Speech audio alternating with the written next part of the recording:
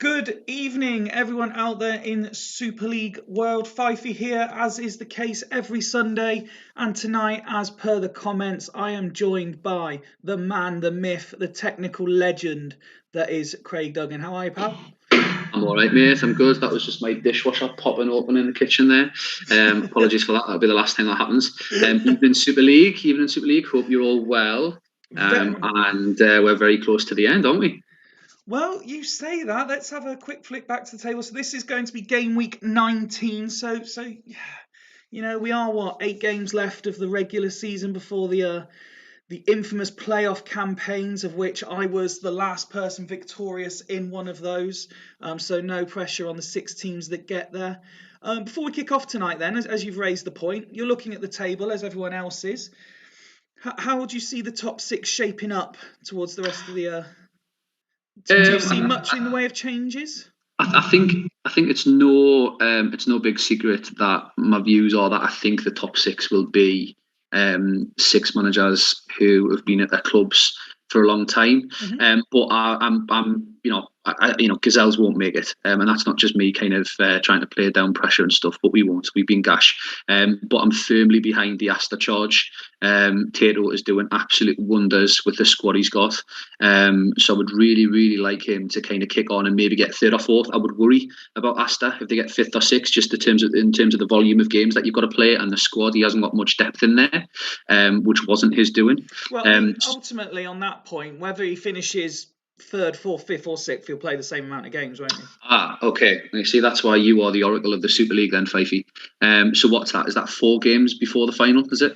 So if you finish 3rd to 6th, you play a 2-legged tie, then you play a 1-legged tie against the winner of the other one, then you play the loser of 1v2, so that's 4 games before the final, yes. Yeah, so 5 games all in all, when first could just be playing 2. I mean, that's massive, really, isn't it? So yeah, firmly behind. I'd love Gazelles to shock some people, but I don't think it's going to happen. I think our playoff charge ends tonight, but I'm firmly behind the Asta charge. That's the kind of team I'm rooting for when it comes to playoffs if they manage to get there. I think Hodgie is doing brilliant, quiet, and if unspectacular things with Devils, and I don't think anybody is going to want to come up against them at any point. So I think the rest of the league, the rest of that top 6 and the chasing pack are probably hoping that the wheels come off for Hodgie, but I love the way he's went about his business this season and just went about it and shrugged off the pressure of having the champions. I mean, personally, I'd like Hodgie to succeed because I'd like to see the work that I put in carried on, and he, it's not quite a Sir Alex David Moyes situation, but it's very much I'd like to see Devils will always have a place in my heart, so I'd like to see them do well. So seeing them below the dotted line isn't great for me, but equally there's a lot of managers in the league I respect. You look at the table now, seeing Ian at the top with Northern Byrne after the years of, much like myself, the years of struggle he's had. It's great to see him there. You mentioned Asta. It's nice to see a new manager coming in and having a job. Macca Fulchester, another one who I've said all along, he's the sort of manager you can see winning it sometime. It's never quite happened. So there's a lot of great characters in the league, and you couldn't really pick. Obviously, you guys can because you have your own clubs. I don't, and I'm supposed to stay relatively neutral. You can't really make more of a case for one than the other. Yeah, and I think just kind of a quick point on that league table, which just screams out at me in the face, really. There's 54 points being played for at the minute, so far to date, and there are 6 points separating 3rd to 10th. There are 6 points separating 7 league positions, which is just absolutely bonkers. I think when you're 54 points deep, and even Northern Byrne, and Bostock, who I think were rightly strong favourites this season. They've still dropped a considerable amount of points. 18 games in.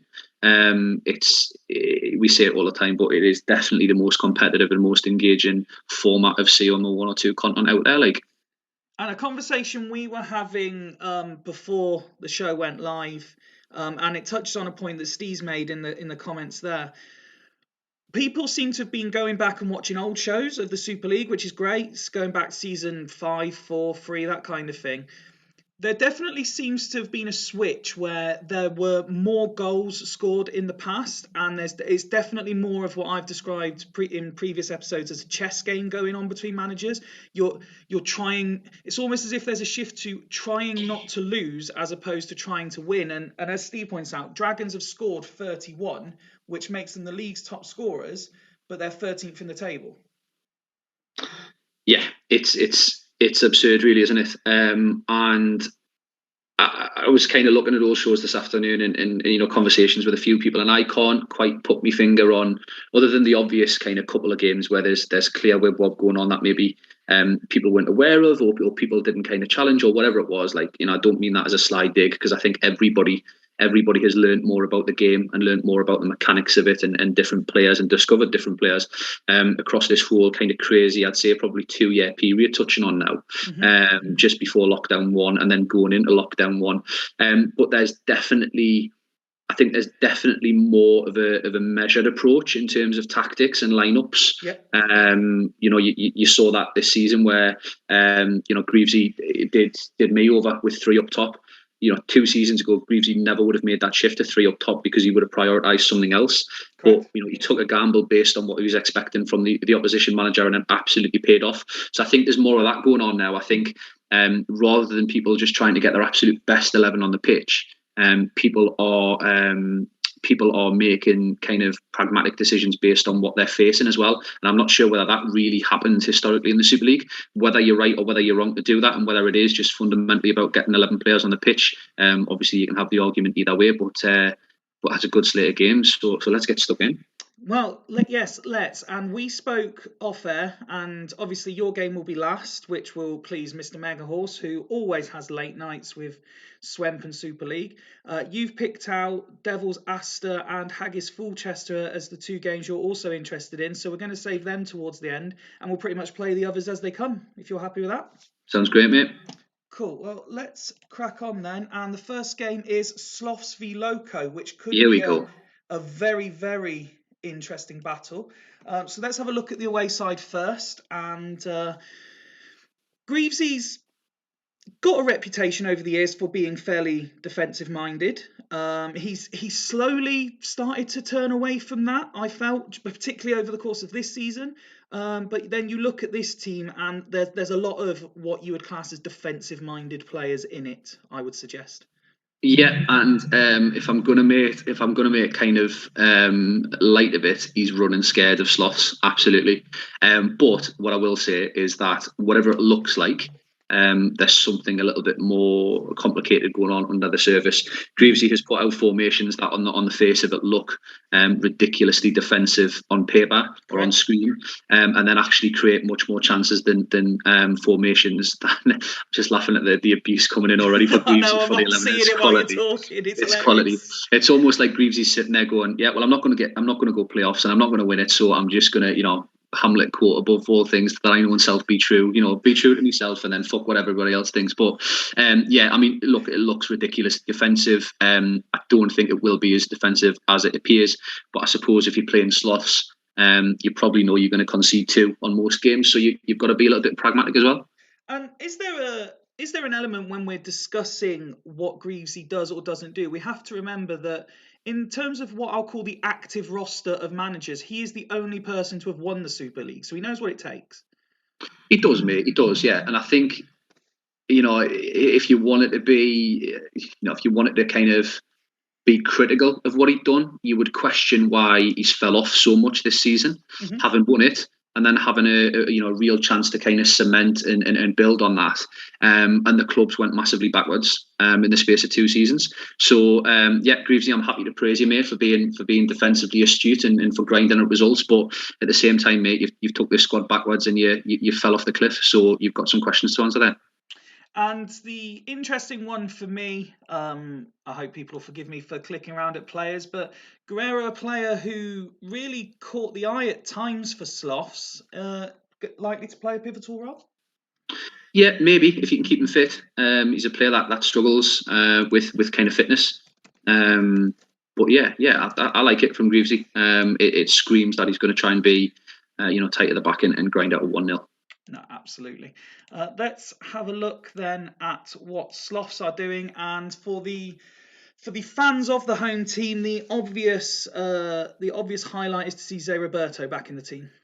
Massive. It's a different beast with him in there.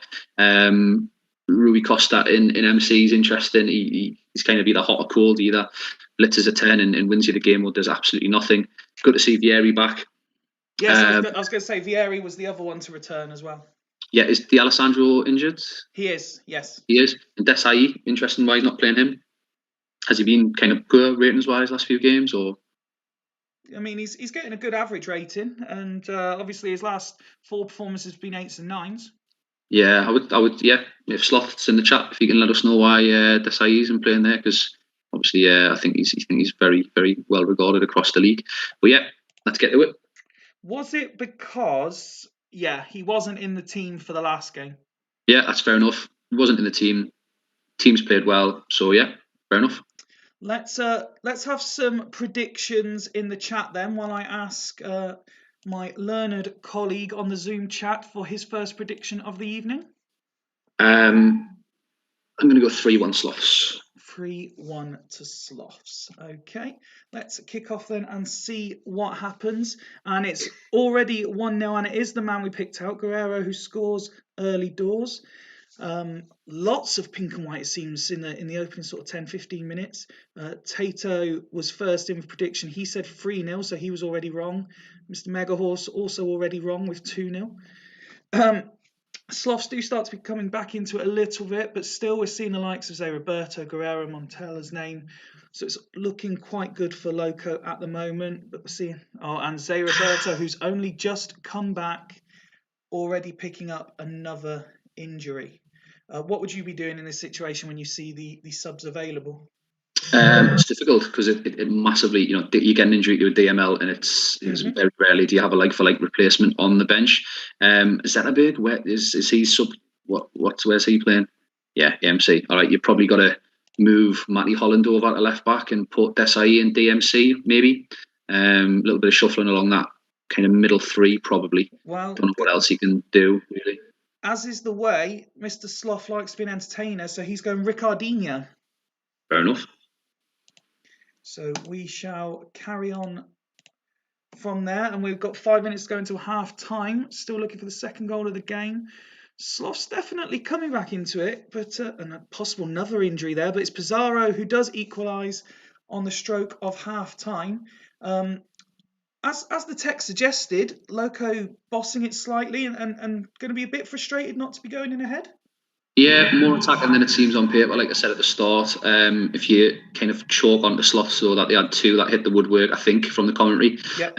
Obviously, the game doesn't kind of class those as being on target. So 1-1's probably about fair, although Loco started really, really, really well. They did. And I've noticed that from a lot of teams in recent Sunday shows that certain teams do just come straight out the blocks, and for a good 15-20 minutes, they just go for it, and then it evens itself out. Yeah, I mean, I think it's maybe, I think with 3 up top, you've got to rely on kind of getting the ball early. Otherwise, it becomes really, really hard to kind of control that midfield battle, I think. So, the 3 sitting with the 2 in behind probably just really controlled things for those first 20 minutes. But now Sloths have scored before half-time. You'd kind of expect them to kick on, even though it's without Zé Roberto. They are making a change. You've mentioned Desai beforehand. He's coming on for Albertini, perhaps playing one line further forward than you'd expect. Yeah, and maybe a response to trying to control the ball a little bit better. If he is feeling as though he's getting overwhelmed in the middle of the park, Desai will do that a lot better, I think, than Albertini. Poulsen with an assist, I think, from the stats. I was going to say, a couple of people pulled that up in the chat, that Poulsen, again, considering there was a degree, I would suggest, a degree of mocking when he made his debut and got that hat-trick. He's slowly starting to prove his worth, isn't he? Yeah, looks bang average, but he's doing class for him. Let's have a quick look at the away side then, and Greasy will be happy for the early night, I'm sure. Zambrotta, another wing back, pulling big numbers. He's getting his 9 at half time. But other than that, it's been fairly average, despite the fact that as a team, their stats, suggested they had the better of the half. Yeah, he'll be he'll be gutted that he didn't get a second when they seemed on top, and then he'll be even more gutted that he's conceded. And again, Julian Guerrero, he's obviously got the goal for Sloths, but then dropped down to 80% fitness at half time. So, if he keeps him fit, he's a different beast, but he can't be carrying players going into a playoff run where they're only going to play 1 out of 2 games, really. They are making a half-time change, and it's Scholes for Donati, so keeping Guerrero on despite the fitness concern. Yeah, and probably trying to go for it, so fair play. And I could see Macca in the chat as well, just pointing out that he seriously hates Poulsen. He's got a decent slate of victims this season, I think. Let's kick off the second half then, and see where we go. Tato's saying let's go for the draw, but Sloths, it's with a bit of early pressure as we reach the hour mark, and let's slow it down before it goes too far. So with 15 minutes to go, and here come the away side now, trying to build some momentum. Scholes, Montello, Guerrero, and Costa all getting involved. But Sloths holding out, and that's something that's been noted a few times, that they seem to have improved defensively, Sloths. Yeah, would agree with that. Rob will obviously tell we're nothing, but it would be interesting to know if that is to do with instructions or just personnel, really. We're into the final 10 minutes, and it seems it's the away side still pushing for the winner. With the games running out, is it more important for one of these teams than the other, do you think, to grab this late winner? Probably not. No, I think you've still got to just pick up points wherever you can, even if it's just one. They all add up. And could we have some injury time drama in the first game? No, offside, and that is it. 1-1. Fairly even game. Boston slightly shading it as they were at half time. Tato getting his wish for the draw. Fair result? Yeah, I think so, and more entertaining than a 1-1, I think. And what I will say, I can see Tato kind of begging for the draw in the chat. Obviously, Astor have been massively impressive with 3 wins on the bounce, but the results the last 3 or 4 weeks have really went Astor's way. Just kind of like anecdotally, it's almost like every result Tato wanted to happen in the chat has happened. So yeah, I mean, look, I think both of them will be disappointed with that. I think both will feel they should have won it. But yeah, solid from the Sloths. Again, defensively massively improved.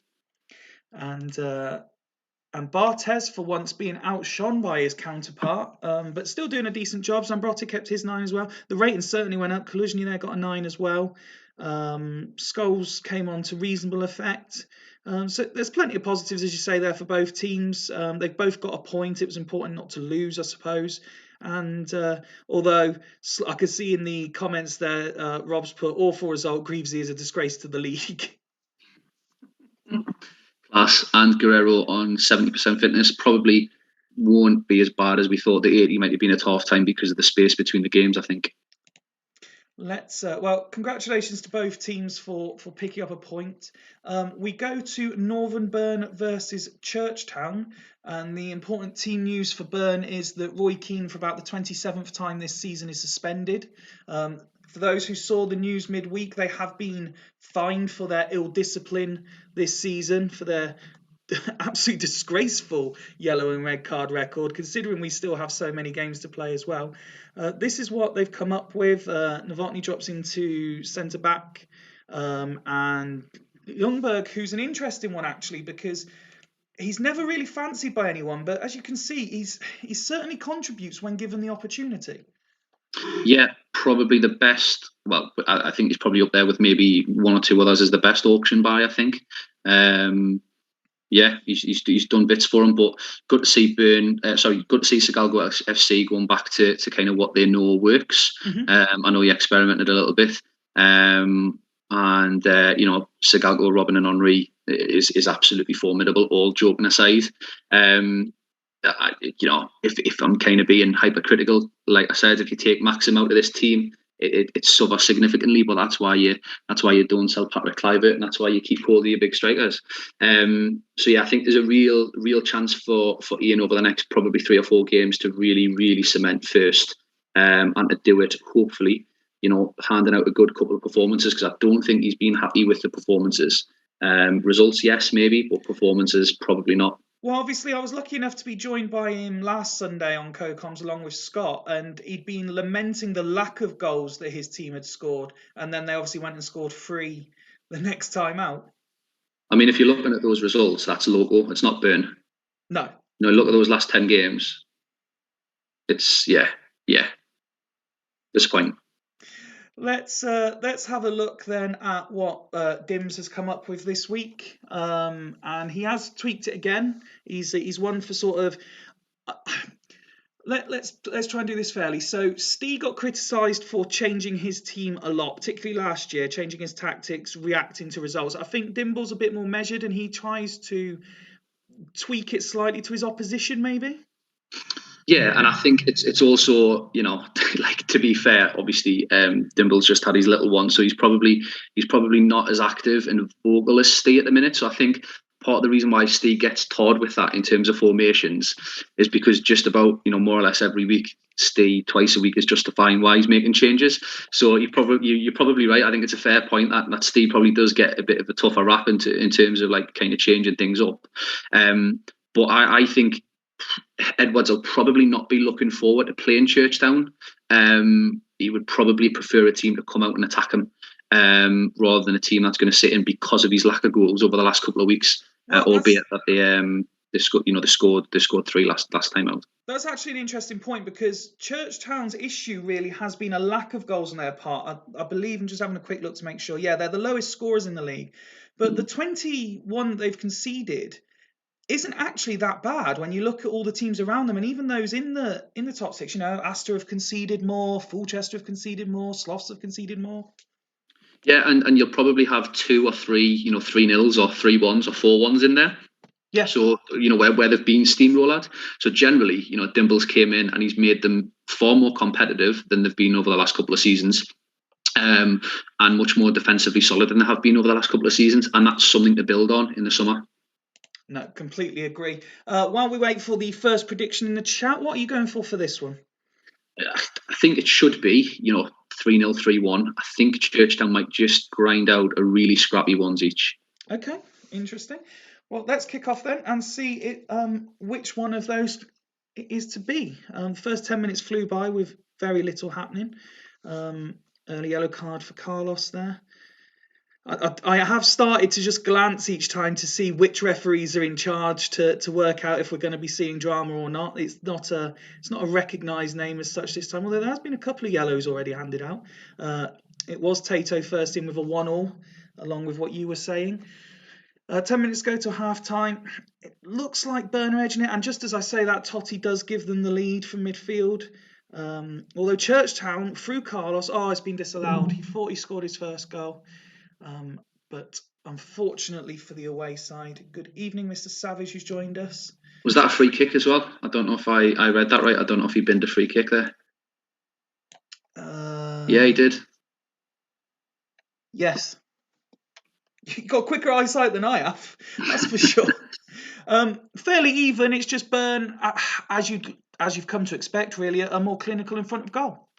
It's that quality in the attacking third, isn't it? From speaking to Dimble, I know that one of the things he's frustrated with this team, because they've been so good defensively, is that he just hasn't quite had the quality to take advantage of it. Really, that was really, really competitive from Dimble, and probably uncomfortable for Edwards. I know he's usually uncomfortable whenever he's watching his team, but I think that in particular didn't look convincing, really.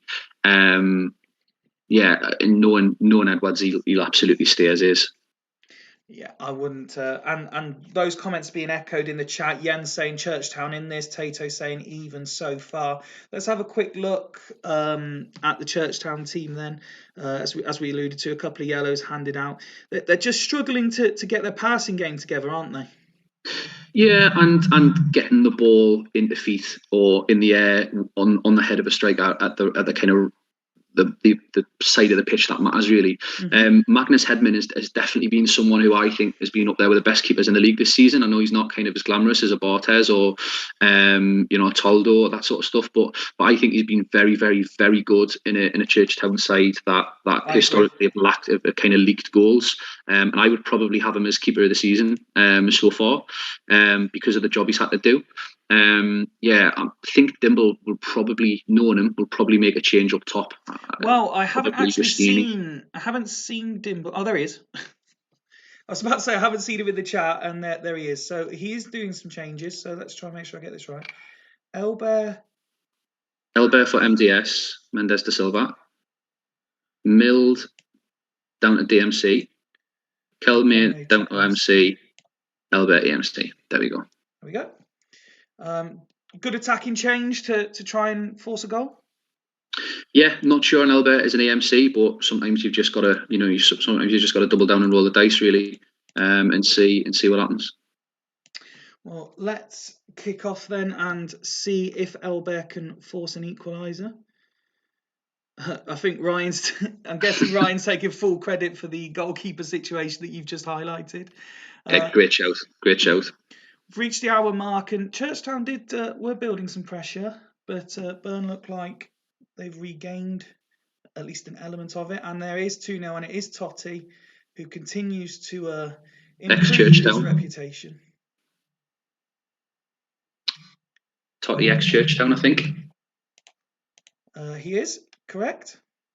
Another one of those players who's, one of the few who actually has 4 Super League clubs to his name.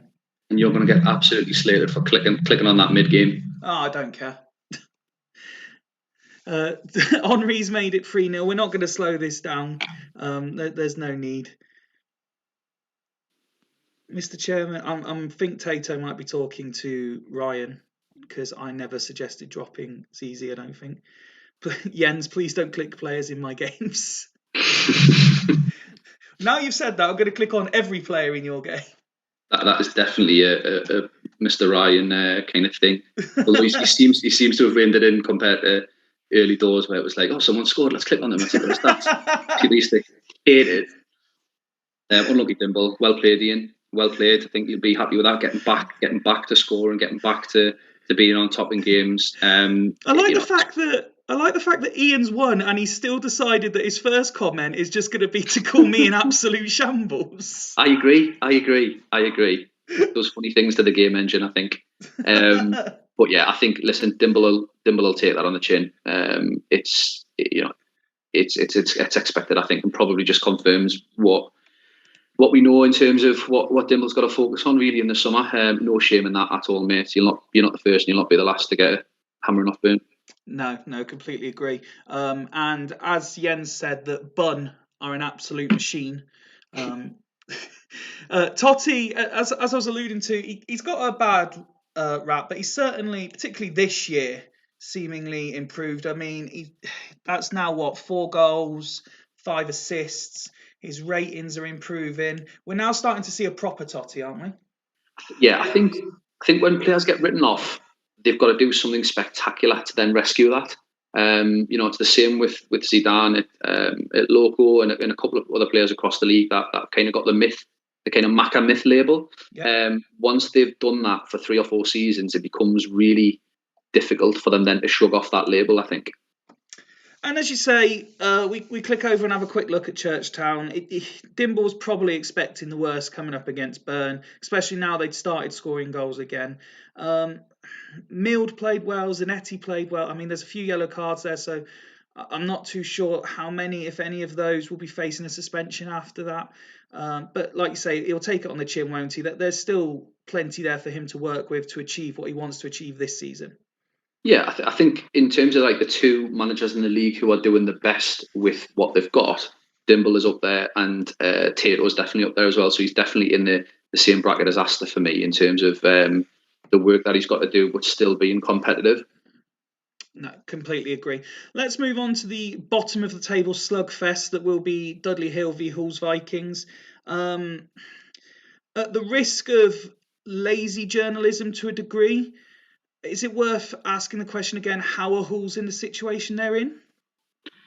I don't know. Nobody knows. Only Jens will know. Unfortunately, it's kind of 3 seasons of more or less the same level of performances and the same level of output from Hull's.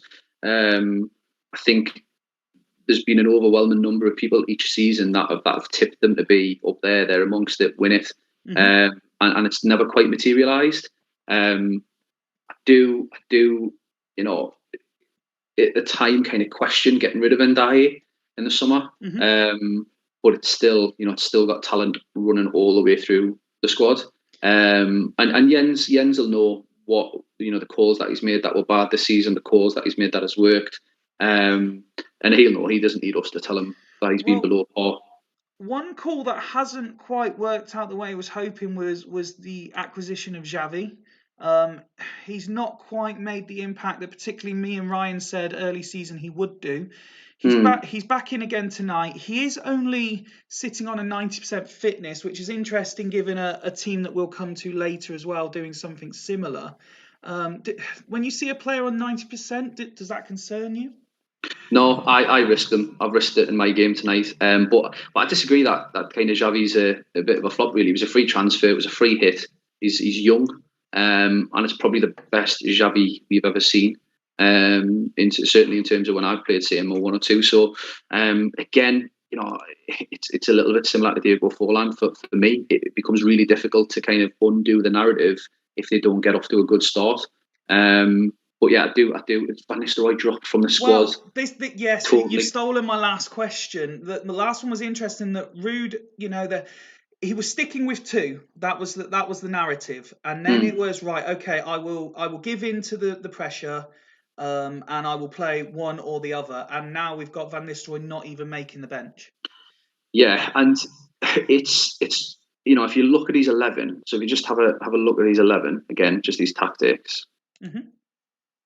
You're going to think that Van Nistelrooy is going to carry a massive premium in the summer, even though he's not playing. Yeah. And you probably, do you go in and try and get a top quality MC for him so that you've got kind of a bit more quality in there and you maybe play a 2-7-1?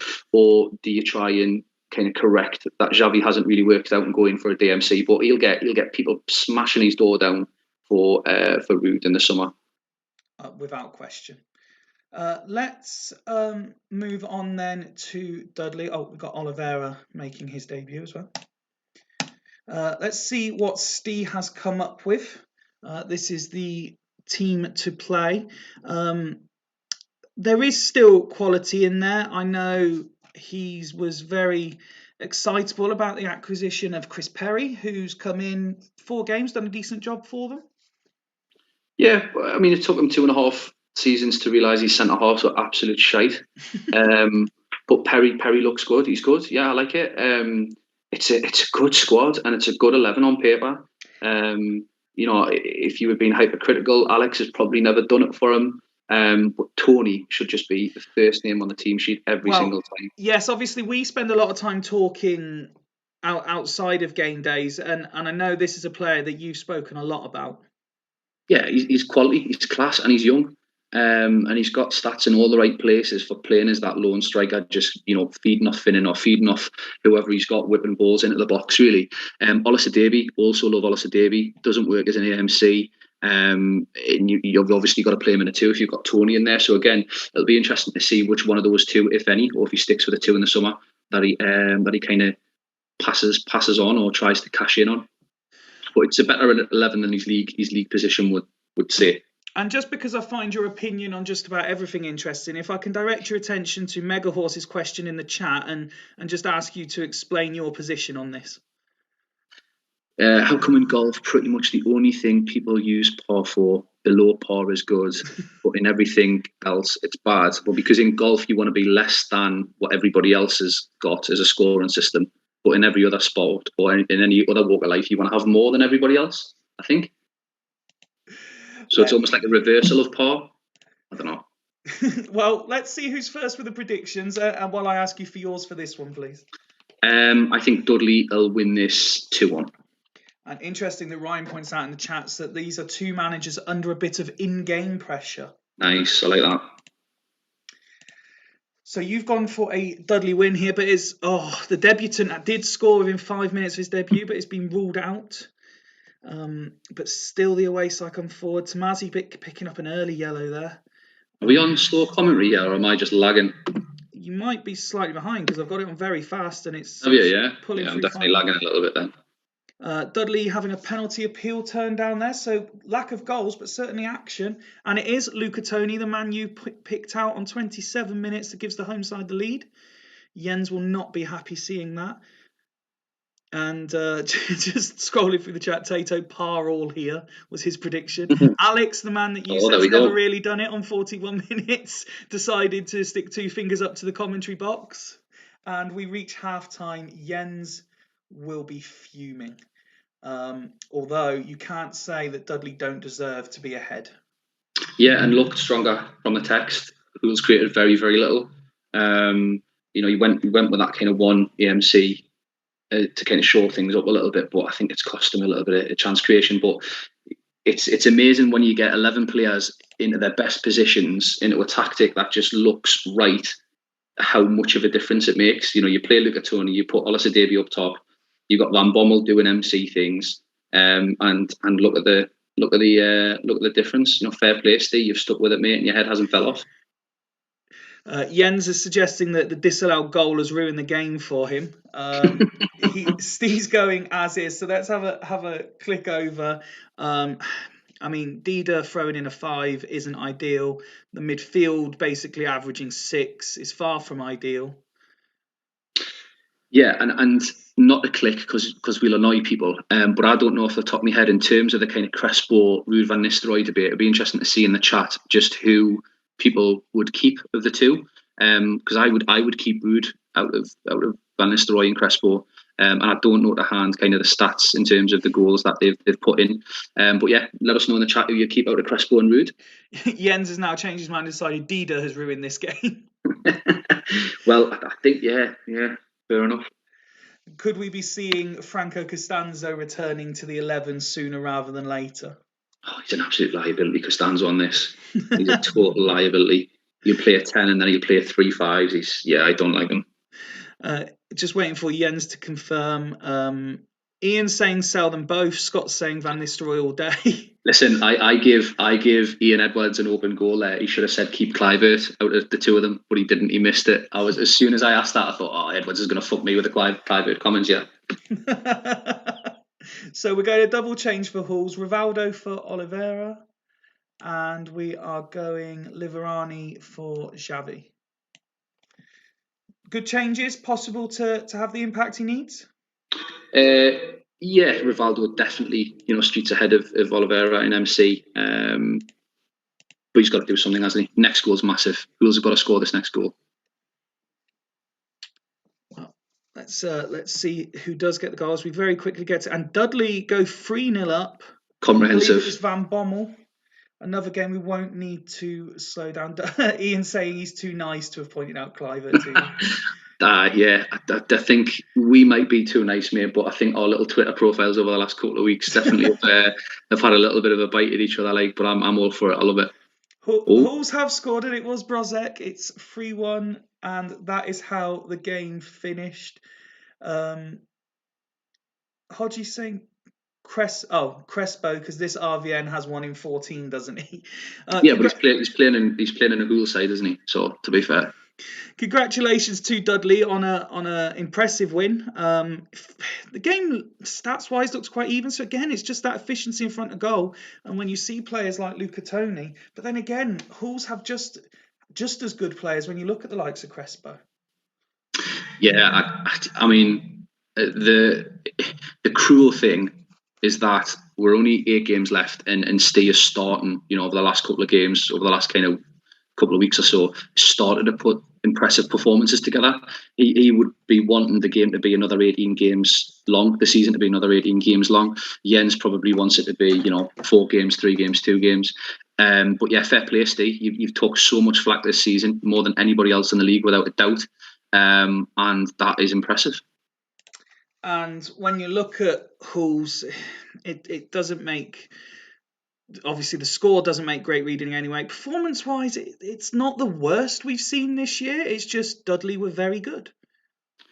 Yeah, and you've kind of got Halls who are very, very good in terms of their back kind of 6, and very, very good up top with Brozek and whichever one he pops at. But that MC kind of area is an issue for them in terms of controlling games and creating chances, I think. Jens is responding to comments, and he's allowed me to click on a player here because he wants to check Crespo's heading after the comment. Strikers that can header dominate the Super League. Crespo's 20 heading. Yeah, but if the ball never gets whipped into him, it's almost like the problem I've had at Gazelles. I think we've got the second best shots to goals rate, but we don't create enough chances. So that's why we're kind of down the bottom end of being so good taking chances, because we don't create very many. Similar to Pools, I think. What have we got left to go through? So we're saving your game. So is it Bostock? Yeah, Bostock Dragons next. This is what Scott has come up with, and you may recognise the name of the tactic because he did something similar earlier this year with Bostock's Taming of the Gazelles. How did that work out from 5 feet? Can you remind us, or I can remind you if you like. Can do if you want, mate. Was it this one? Oh, I think it was, mate. Yeah. There you go. Probably one of the only games we've been competitive this season, so I'll fucking milk it for all it's worth. Listen, Scott has assembled a really impressive squad of players, I think, mix of youth and experience. I say it every time I've been on comms, well, the only other time I've been on comms this season, but I say it generally in the kind of Super League chat that any person who can keep an Alga happy for a full season and get him firing is a far better manager than I am. Love Lee Boyer as an MC, as a single MC. He is absolute dog's bollocks in there. And I think this year's Bostock's year. Another player who, for one reason or another, seems to have become a Super League journeyman. Everyone wants him, but it's Scott certainly getting the best out of him.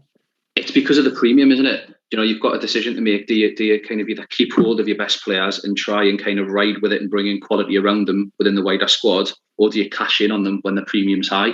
And I think most managers, with the exception of maybe a spine of 2 or 3, would probably do that.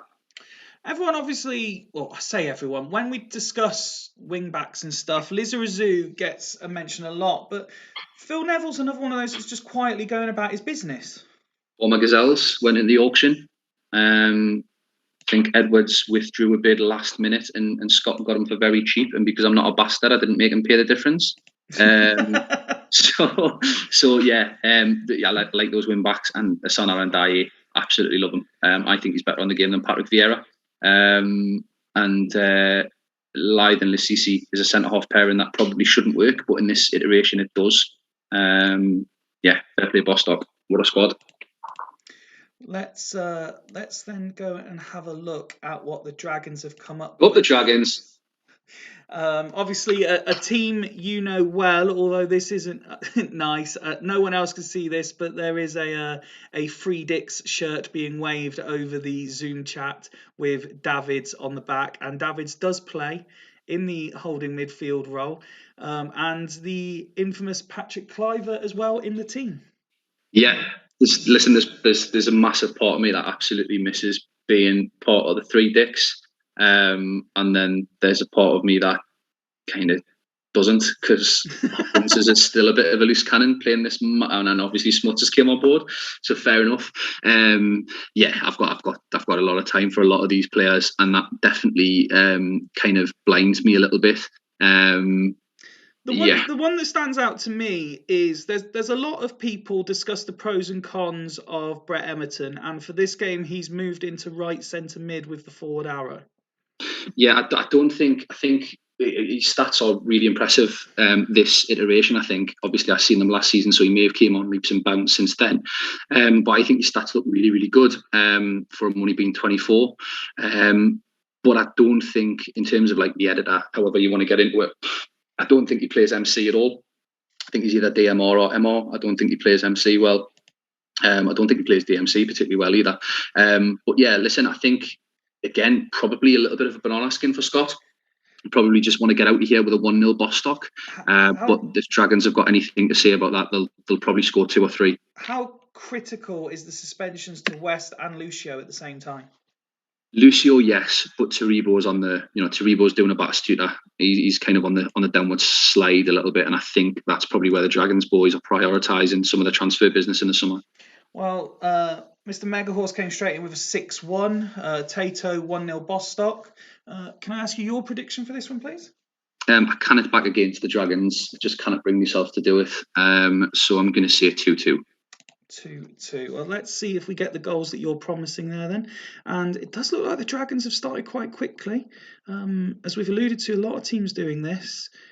But I have started to see Anelka's name, Jax's name, Gonzalez's name. So Bostock's certainly playing their way back into it. That first half, though, flew by with no chances at all created. Yeah, and there's me promising goals. So I've definitely jinxed that. But I think, impressive that both sides are able to shut each other out. Dragons will be happy with a blank at half time and kind of clean sheet, and so will Bostock, I think. I asked you in one of the earlier games, is there a team that requires the result more than the other? When you see Bostock, second in the table, whereas Dragons are further down, is it important for them to win this as the away team, or should they be looking, they are playing a team at the top of the table, a point will do? Yeah, I think that they're at a stage in the kind of season where, Smutters came on board 3 games ago. And him and Hopkins are probably having discussions over what they want to build. So I don't think they'll be bothered about the result particularly. I think it's a massive, every game's massive for Scott now because he deserves to be in the top 2. And he'd be disappointed if he ended up, by some way, shape or form, not in the top 2. Tato's just made a really good point that Bostock are a second half side, and they absolutely are. So it'll be interesting to see who kicks on here.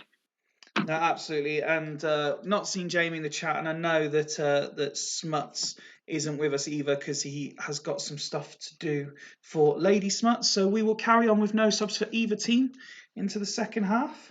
I love that Lady Smuts is now like kind of part of the CM community after the 24-hour Smutsathon. There we go. And from what I gather from conversations, I think she very much enjoys being part of it as well. Yeah. We don't get much female attention in these parts, do we? So I think she'd be a very popular lady with the greatest respect to her. We're coming up to full time. It looks like in the most boring game of the night so far, Bostock have nicked it. Dragons created literally nothing. Bostock managed 2 chances. I think Scott will just be happy for that one to be done and dusted, even though he won, won't he? Yeah, as I said, look, just kind of grade out 1-0 and kind of get on with it. But it's performances like that make us really regret selling Patrick Clivert. Dan's throwing in Claire Wright as an option as well for female attention in the champ community. Oh, listen, no, get that woman's name out of your mouth. She's a saint. She's doing the Lord's work. You get community service to work with Steve, right? She's doing the Lord's work, mate. Scott pointing out that's a defensive display to Greaves Siege. Class, love it. I mean, yes, they've lost, but with your Dragons shirt still there, is there positives they can take from that? No, there isn't. If you don't create anything, it's poor, really, isn't it? Yeah, and I've been there a couple of times this season, so I can say that and know what it's like. I think the big thing will be your fair play to Hopkins for letting Smuts come in and kind of pick the 11 and pick the tactic and things. At some point, Smuts will realise that he has to drop 4 at the back. It's a waste of 2 players. It stifles your creativity and it misses, two of the most overpowered positions on the game in terms of DML and DMR. It robs you of their opportunity to kind of create chances. For me, the interesting thing about it is that they don't even have a forward arrow. Yeah. I mean, look, if you push them up to DML and DMR and give them half an arrow, it immediately looks a better 11 than it does without. So Smuts, you'll have to drop that at some point, I think.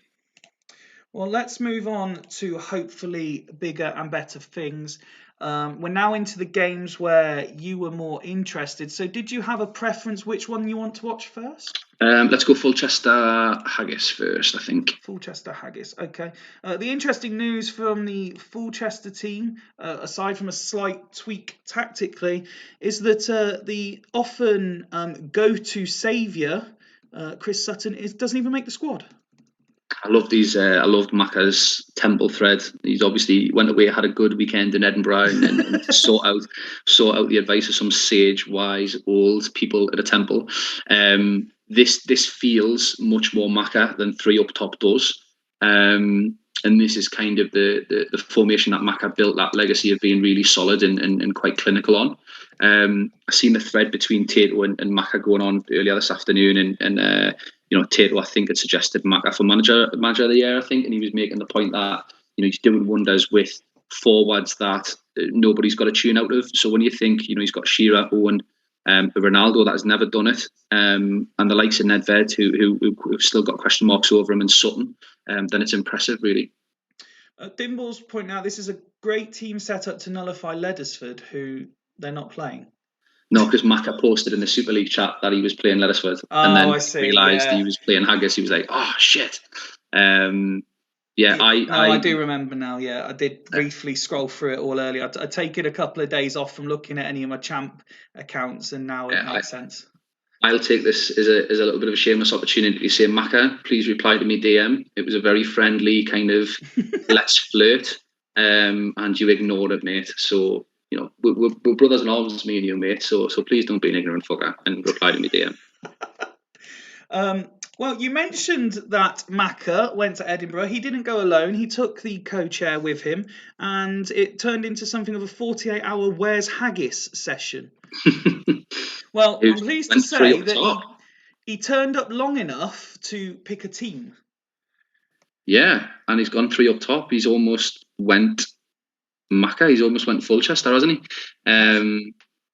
Yeah, and Yordell in there from Gazelles on loan, starting up top, whose stats look really, really, really impressive. Didn't even really know how good the stats looked until Greavesy and Ian both messages more or less simultaneously. So yeah, probably could have done with him.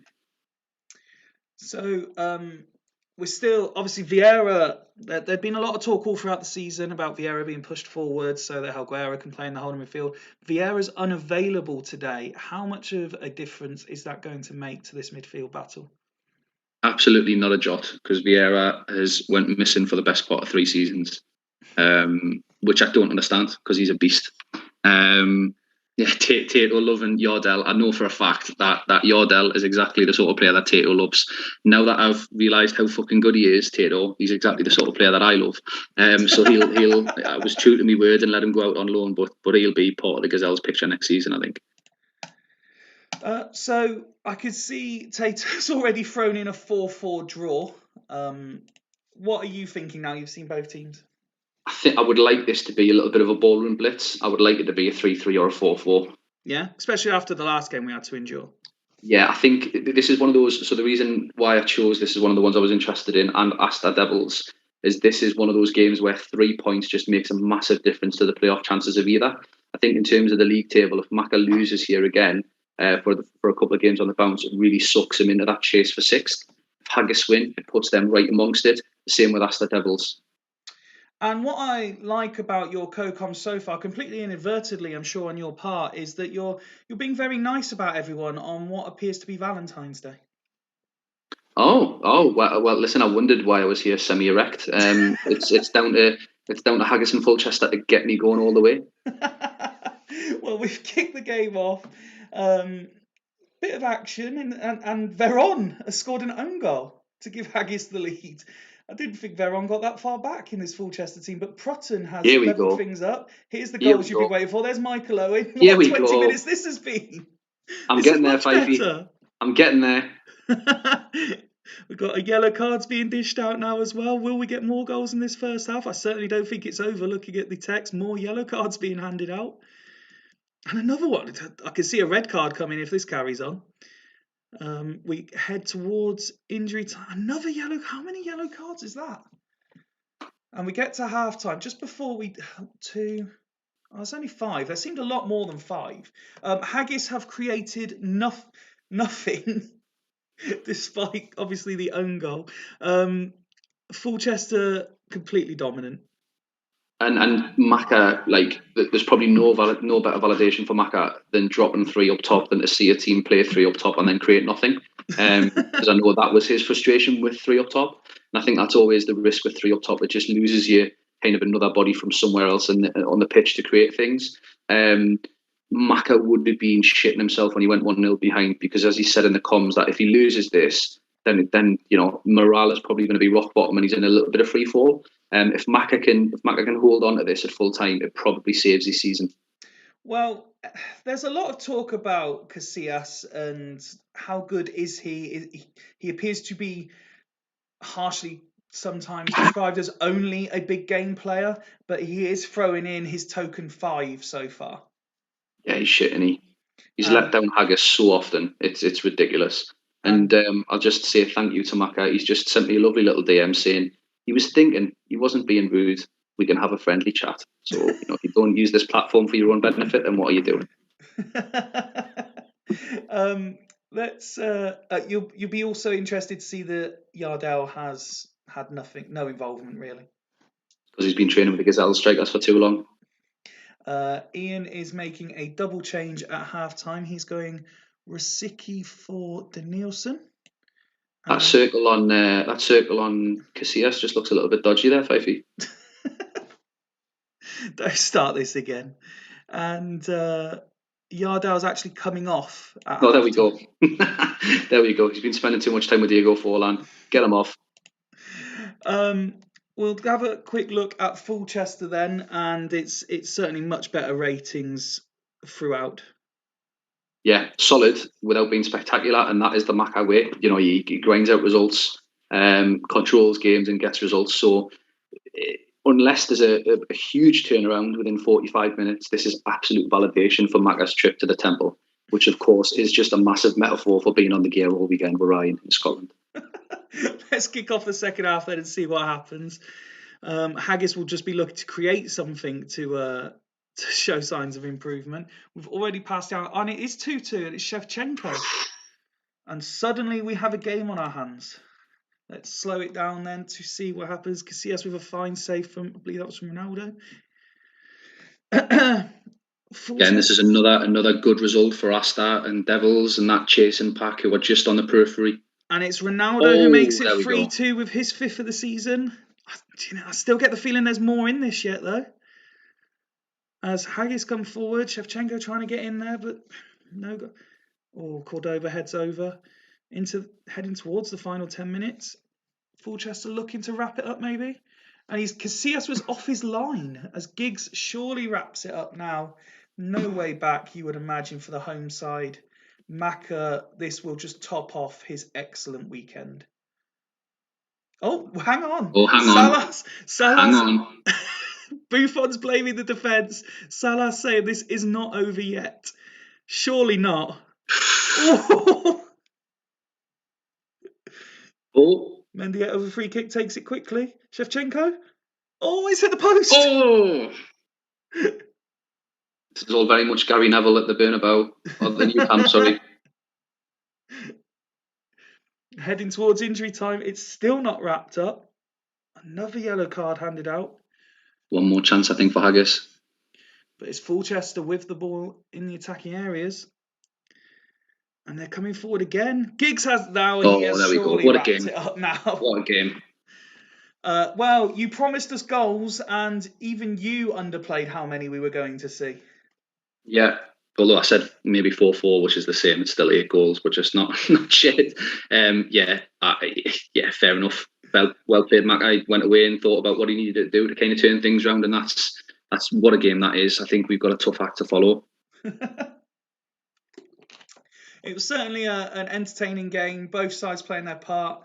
Plenty of goals, as we said. The subs for Haggis not really having the involvement he would have hoped for, but it was certainly an improved performance. Gary Neville dropping to a 5 as well. He's done well to score 3, and I know 1 was an own goal, but he's done well to score 3 based on those ratings, I think. Yes, I would completely agree. When you look at the Fulchester team, Giggs picking up man of the match for his 2 goals. I think pretty much how you described it at half-time. This is, with the exception of it being a 5-3 game, this is Maka doing Maka things, isn't it? Absolutely. And again, he's a team that people won't want to play. And he's turned it around at just the right time. The next 7 games now from here on in, is the next 3 results are going to be huge in terms of teams wanting to get into the playoffs. And I can see Rox has switched on just in time to see the goal fest. I'm glad he didn't switch on for the game we had on before that, because he would have been very quickly switching off again. I think this was more or less a standard result for Haggis when Rox was involved, so he'd feel very much at home, I think, Favy. Let's go to the penultimate game of the evening then, and it's the defending champions at home to the team that you've been waxing lyrical about all night. Here is the team that Devils have gone with. Just the one change from memory, just checking, make sure. Yeah, Dropped an MC and Emerson put two coming up in top, for Ferguson. Yeah, did he play two up top last game as well? Did he? He did, yep. All right, okay, because I know he's been going with that kind of Christmas tree one and then one up top. Yeah, it's quality. I liked his business in the summer. Managed to keep a hold of the people who, people were coming knocking for as soon as there was a change in management. I know he knocked me back a couple of times for big players. So fair play to him for that. Like the signing of Imar. You're keeping Penza fit, and this 11 is totally different front to back. Mm-hmm. Yeah, really good, really solid. And just checking because I don't believe I've seen it anywhere. Is it on the next page? Yeah, so Montero, obviously, normally in the Roy Keane level of suspensions, but we've got to game 19 and not even close yet. Yeah, I think last season he was a little bit of a liability for you in the same way that Keane's maybe been for Byrne. So I wonder whether that's a kind of an individualised tactic instructions in terms of tackling, or it's just maybe a little bit more testament to how much Hodgie's kind of shored things up relative to you last year. Yep. And maybe the back two aren't coming under as much pressure because of how much he's tightened it up, really. No, completely agree. And this is the Asta team. The setup's very similar to what he has been playing. There's a couple of arrows being removed. And due to availability, we've got Foe and Lennon in the holding midfield roles, with Scally going one-on-one with Emerson. Yeah, so I think only in Champ World could you get Emerson one-on-one with Scally.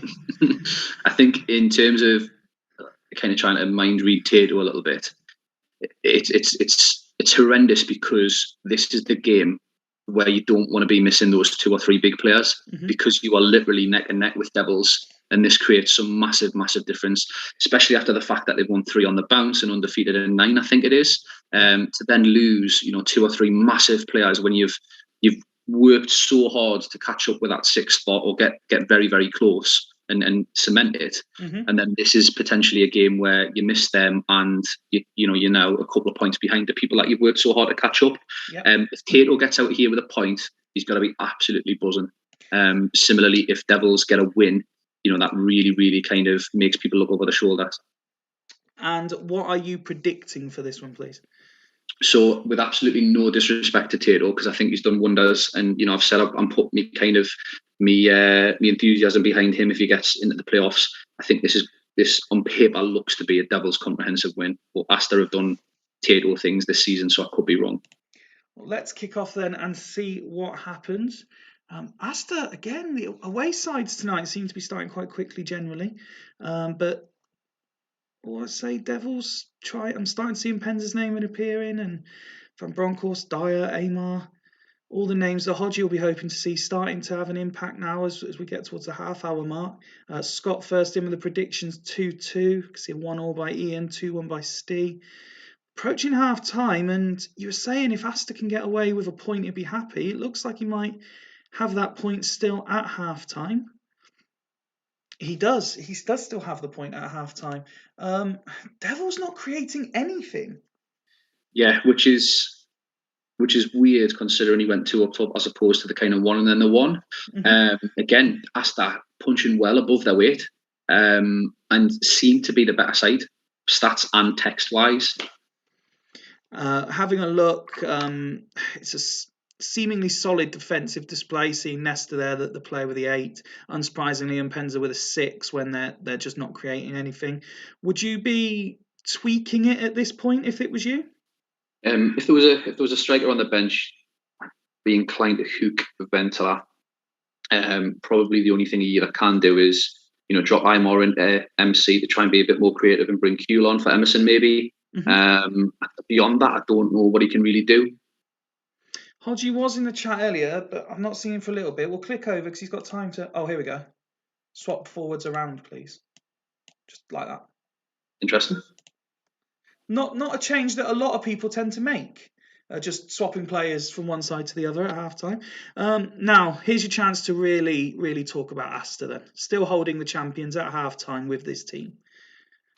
Yeah, and again, punching above their weight category, really. I think the obvious thing that jumps out is that Vicente struggling probably a little bit for fitness. He probably hooks in for either Macera or Donovan, I would expect. The worry slightly maybe would be Lennon, depending on the instructions he's got on him in the role that he's got to do in there and get tackles in. He's made the most tackles with Scally. And he's only, he's on a yellow and he's got 45 to play. But I think Tato might just kind of hold the line a little bit here and just kind of keep as is. Well, no, he is making the change you suggested there. Vicente off for Donovan. So he's looking for the goal, that's for sure. He's gone with the more attacking of the two changes you suggested. Yeah, fair enough. Fair play. I mean, it's not going to be a goal fest like the last game, but can you see it keeping the entertainment in the second half? Yeah, I think there's got to be goals second half, I think. Seeing Van Bronckhorst and Amar's names getting involved more and more again. Dyer on the other side as well. But Asta's definitely still in this. They're not being completely outplayed, that's for sure. A yellow card there and free kick in attacking positions. Lots of fouls all of a sudden, I think. Yeah. And there is the Devils, and it is that man with his, I believe that said his 50th goal for the club, Emil Mpenza. Slow it down though, because it has to still. I'm not ruling them out of this at all because they're still creating, or at least it looks to me like they are. Here come the home side again though. Are they going to get a second? Oh, Ventola puts it wide. Can Asta create that one big chance that they need? So we approach the final 10 minutes of this one. Excuse me. Not a lot is happening, which won't please Tato there. We had about 10 minutes of no action whatsoever. 4 minutes being added on. He's missing those two big creative players, isn't he? And will we have injury time drama this time? No, it looks like Devils are coming away with it. Could they get a second themselves? And right up the other end this time. Chance for Asta. Oh, excellent sliding tackle. And that will do for Hodgie. A 1-0 win. It wasn't a game blessed with lots of chances. It seemed to be very much a tactical battle and a midfield battle, it would appear. And Tato straight in saying how much he misses his big players. Yeah, that was always going to be the case. He's worked ridiculously hard over the last 9 games to climb the table week by week, and then misses. I think ZZ Roberts in that side. You definitely get a point here, I think, based on how that panned out. Fair play to Hodgie for the swap around. I don't know how radically different the instructions are on Ventola and Mpenza, but it obviously worked. So fair enough.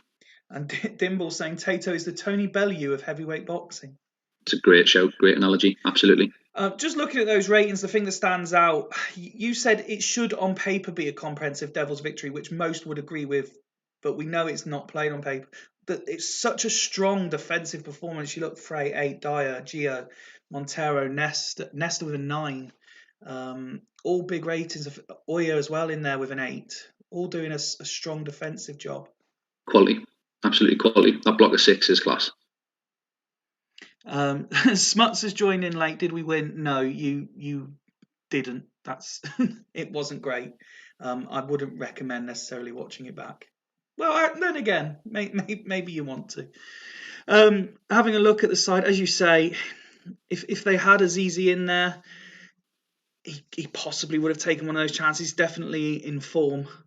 But as you alluded to, I think, in the Northern Byrne game earlier, there's absolutely no negativity really to take from only losing 1-0 to Devils. Yeah, one's the reigning champions, with probably the best squad front to back, best 11 front to back in the league, and one's a work in progress. He's had half a season to work with so far, or probably just coming up with his first full season now since Alf kind of moved on. So yeah, I think when the dust settles, Tato will take it on the chin and crack back on.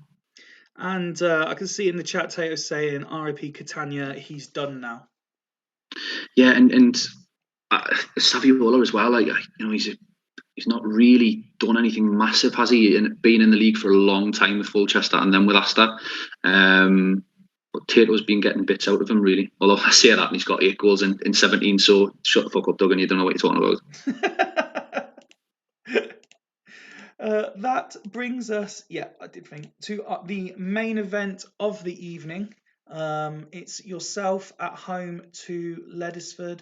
Ledesford, who drew last time out with Bostock, and this is version 7 of the 2-2-4-2. I don't know what more I can say than what hasn't been kind of already said. Really, rightfully so. He's on a little bit of a blip, so that's why it's good to play the worst home team in the league, to get back on track. But Horse has done amazing to kind of take over this team unexpectedly, put his own mark on it, be very, very competitive, and have some really good performances through the process. Everybody in Super League is going to have 4 or 5 games where they struggle just because of how competitive the league is and how quickly your morale can drop off. But I really like that. Ronaldinho and Fernando Torres up top gives me kittens. Love Fernando Torres on this game. Finishes for fun. It was a bit of a mystery why he kind of didn't get as many games once he'd started scoring after kind of Hodgie dropped him for a little bit. But yeah, it's quality. Horse's quality. There is no person, I don't think, that knows the game. He's up there in the kind of rocks bracket, really, in terms of knowing the game inside out. Well, one of the players that has really shone under him is Petkov. He's largely been playing on the left wing, but moved inside for this game. Yeah, and from talking to Horse, I think he's done that to try and just be a little bit more solid in the middle, I think, rather than just to kind of try and shore things up that little bit more. I don't know why he's doing that when he's been absolutely solid at the back. But knowing Horse, it'll pay off because he'll have some hidden attribute in the editor that makes him amazing at MC with the number 18 in his back when he's had pasta for dinner. So yeah, he'll have a blinder. And let's talk yeah, about... Tato, sorry, mate. Sorry, I said that and then very quickly corrected it because I realised how good Saviola had been once I'd seen the stats. So I take that back, mate. He was absolutely pony for Fulchester, and I still kind of seen that in my head. And just while I sort my eye, because I've accidentally poked myself, why don't you talk about your slight tactical change? Yeah, 2 up. 2 up because we need wins. And with the 2 up, you drop kind of Deddy and Cafu back because you haven't got that extra body in the midfield. Yeah, Materazzi's out, so Udeti comes in after he's still had one at the back performance for Hools. Really like me back 6 and me keeper.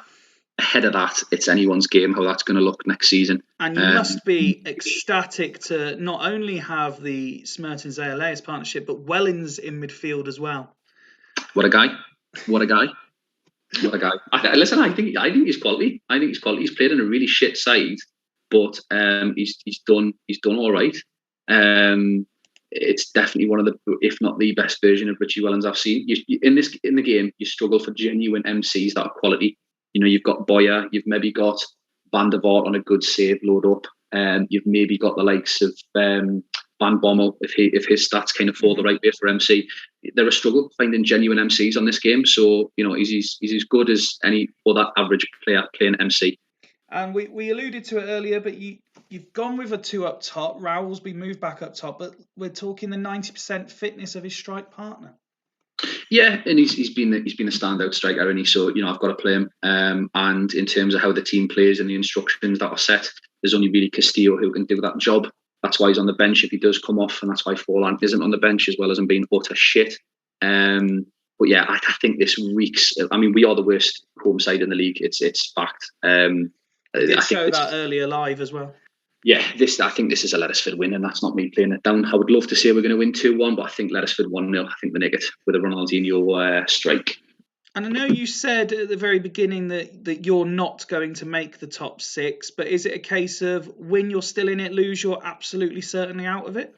It's the hope that kills you. If we lose tonight, we're definitely out of it, 100%. Especially with the way that kind of some of the results have got. We're not catching devils if we don't win tonight. Asta will probably do, good things when they have their key players back.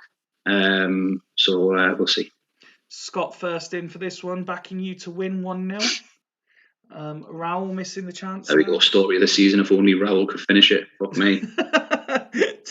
Tato's predicted 1-1. Seeing Torres and Ronaldinho partnering up as well there now as Ledesford try and score the opening goal themselves. We're approaching half-time already, and there is Ronaldinho with the opening goal on 43 minutes, and they're looking for a second before half-time as well. But Pinardi getting involved, and that is how the first half ends. Steve Duggan talking wham, I'm 7 wins away. Fairly even first half. Leadersford slightly edging it, but again, it's as you allude to both in the chat tonight, off air, on Twitter and everything else. It's the lack of efficiency for you in front of goal, isn't it? Yeah, and look, the Clivert transfer has been much spoken about, but I just think it's fucking lazy rhetoric, because that team with Zé Elias in and Smerton in is stronger than without them. And unless I'm just an absolute fucking idiot to expect Raul with 20 finishing, 17 dribbling, whatever his stats are, give him a click, 5 feet, I don't mind. I'm just obviously an utter fucking moron to expect a player with those stats in the right places to score goals, and he scored 3 he scored 1 in 6, and he's just missing an absolute sitter. So listen, anyway, let's crack on, because it's 10:15. Would you like to make any changes? Let's go Van der Vaart for Pignardi and Castillo. No, in fact, yeah, just Van der Vaart for Pignardi, please. Yeah, no problem. And let's have a look at Mr. Merkelhorst's team here. You alluded to the partnership of Torres and Ronaldinho, and it's certainly the Brazilian who is shining tonight. Pozzanzini as well, picking up an 8 at half time. There's certainly seeming to have a fairly decent pass completion throughout the team, although Vogel will be looking to improve his slightly, that's for sure. Yeah, again, knowing Horst, though, it's going to be solid, and he's going to have right players in right positions, because he knows them inside out. Ronaldinho 1-0, I think I called it at the start.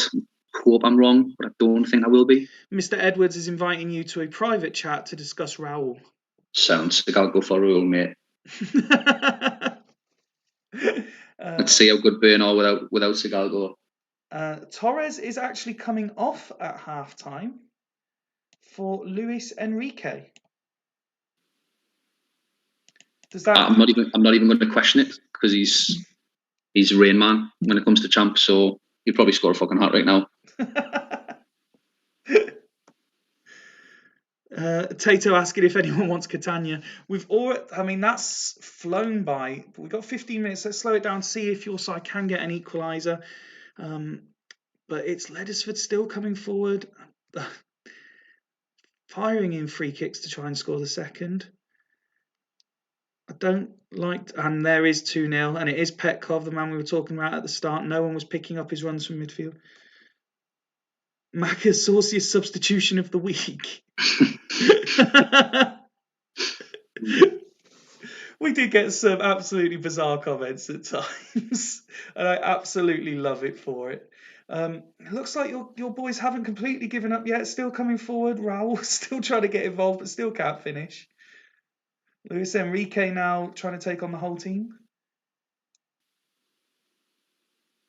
3 minutes to be added on. Still Raul getting involved again, and Van der Vaart. You're doing a good job of making this shit game sound interesting, Fifey. Well, I'm trying my best. I am trying my best.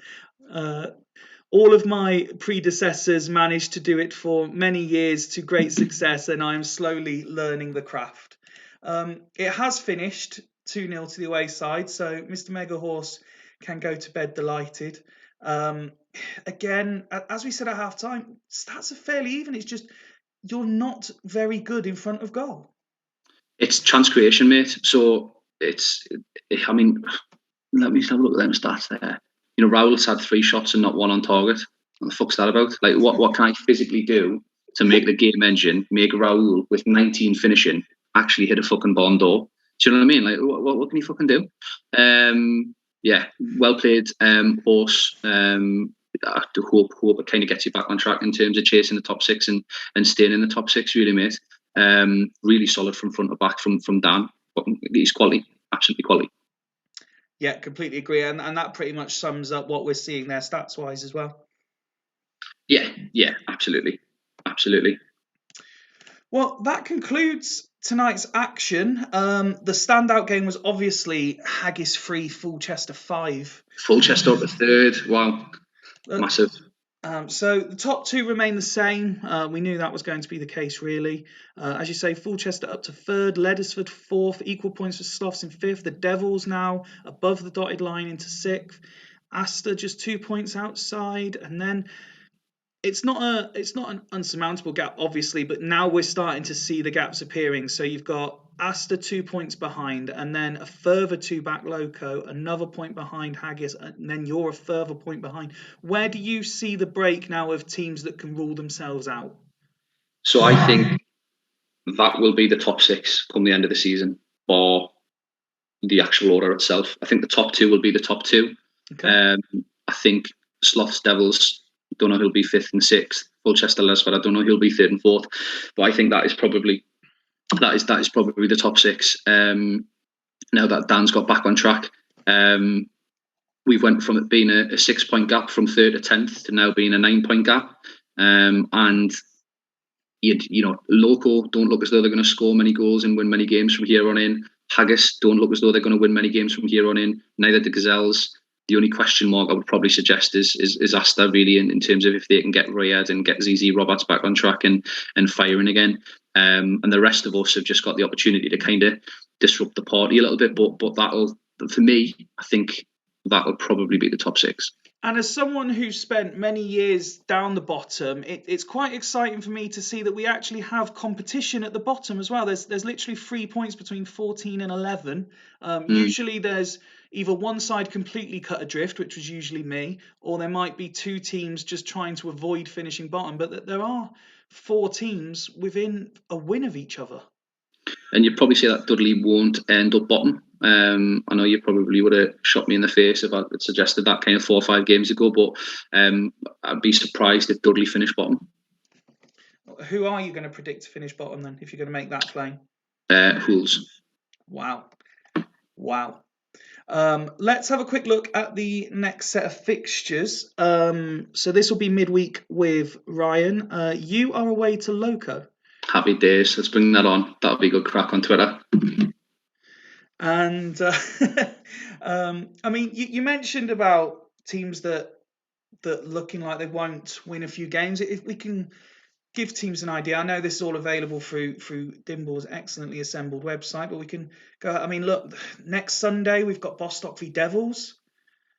You and Dimble as well going head to head. Dudley Dragons. Yeah, I don't think I've kind of network games and saves and stuff. I've got a horrendous record against Dimble, so that'll be interesting. And I'm at home, which means it's an absolute shoe-in for an away win. And then what else have we got coming up the week after? I mean, you would be playing Sloths. Fulchester Bostock a week on Wednesday.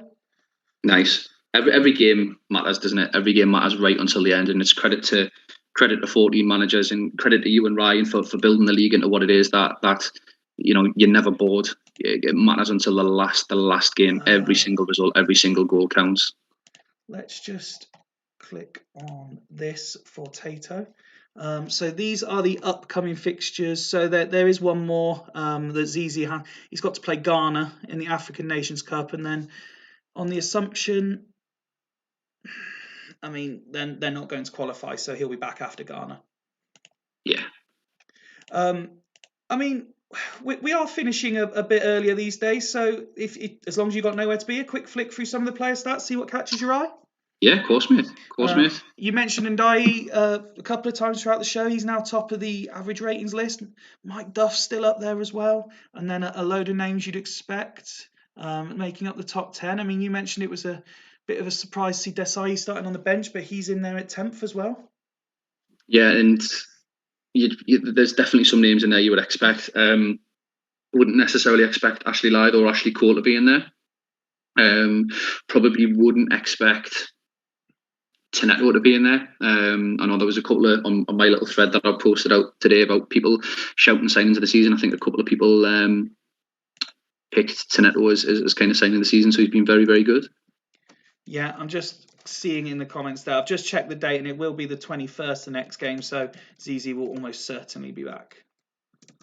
Unless he gets snapped. Unless he gets injured or something. On those horrible pitches that the AFCON seems to be played on every single year. Scalco continues to top the scoring charts. Cliver up to second. Yeah. And then you've got, I mean, Vieri's there, Zizi's there, Penza's there, Montella's there, even Luca Toni in 7th. And Luca Toni's probably played, he's probably played half the games that Maxim's played. Just have a little check. So he's played 12 with 3 subs appearances. So let's say 9. And what could have been Dudley. Scott saying Mongana's centre backs. Assist ratings. This doesn't seem to change a lot. It's as if the same players are not assisting each week, because I'm sure Amar's been one ahead of Beckham for 4 or 5 weeks now. Yeah, but I think if you think about it, you probably. I don't think the last few weeks, and certainly this season, I don't think it doesn't feel as though there's been as many goals scored by different goal scorers. I think it's been kind of regular names that you've seen. Mm-hmm. So that probably, if you kind of join the dots there, means that you're probably not getting consistent assist makers, because people are chipping in with them really. Nicky Butt's been class, hasn't he? Yeah. And Dye though, quality. Dribbles per game for those that are interested. Dyer and Amar leading the way for that. There's some real stat fans out there. Shots on target, Luca Toni, 87%. Yeah, Tato usually has a couple of shouts for stats that he specifically wants to see, and then gets kind of like very aggy when he doesn't think that Ryan or you've seen. So Tato, if you've got any shouts, I'll keep an eye on the chat. Anyone wants to see any stats that I can find relatively easy, just shout. Saviola was there, you're right. Form, Devils top of the form charts. Gazelle's rock bottom, look at the state of that. So Fifey, then, to kind of put this back on you, who's your pick to win it based on what you've seen 19 games in? Well, clearly I was very wrong at the start of the season, where I said it would be between Gazelles and Hulls. Do you know what? I'm going to revert to type, and although it should obviously be Northern Byrne at this point, I've got a sneaky suspicion this might be Macca's year, and I'm going to say Fulchester. Nice. Yeah, I'm going to say Bostock.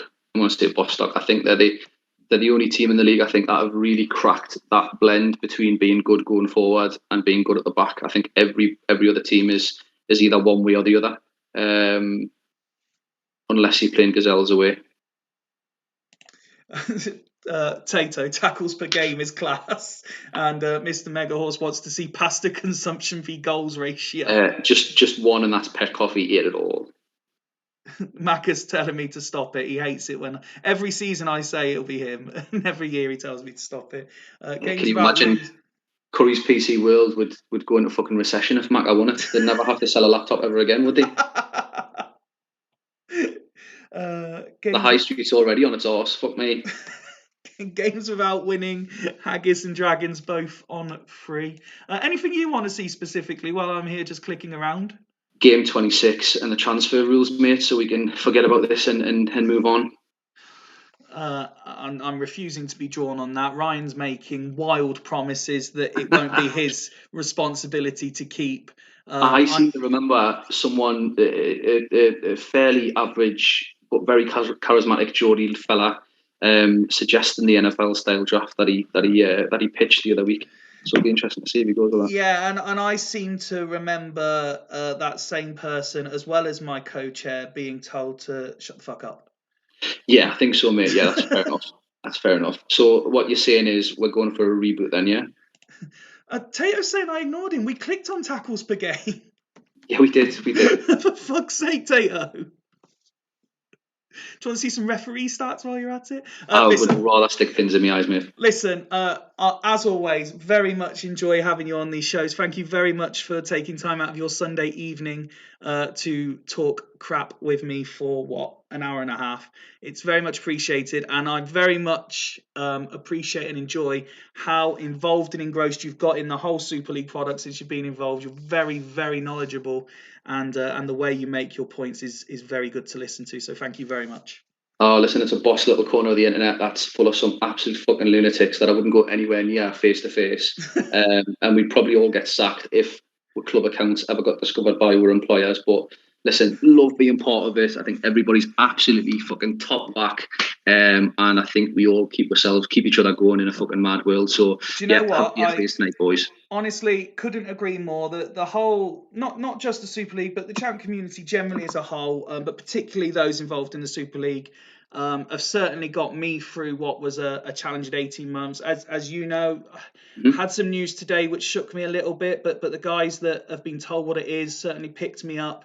And I can't thank each and every one of the managers, the fans, and those just casually get involved in the Super League and SWEMP and everything else. I cannot thank each and every one of you enough for just letting me be me for the last 18 months. Absolutely, and I think especially as blokes, mate, we're all a little bit highly strung and a little bit too proud to admit when we need that little bit of help and a little bit of, headspace. So yeah, love being part of it. Hopefully Gazelles can be a lot more competitive next year. But if I had Greavesy's 3 seasons and I was producing performances like he was, I definitely need someone to fucking talk to about it. So Greavesy, me DMs are always open if you need to get anything off your chest, mate. Listen, I hope everyone enjoys the rest of their evening. Have a good few days until Ryan takes over on Wednesday. Until next Sunday from me, it's good night from Super League HQ.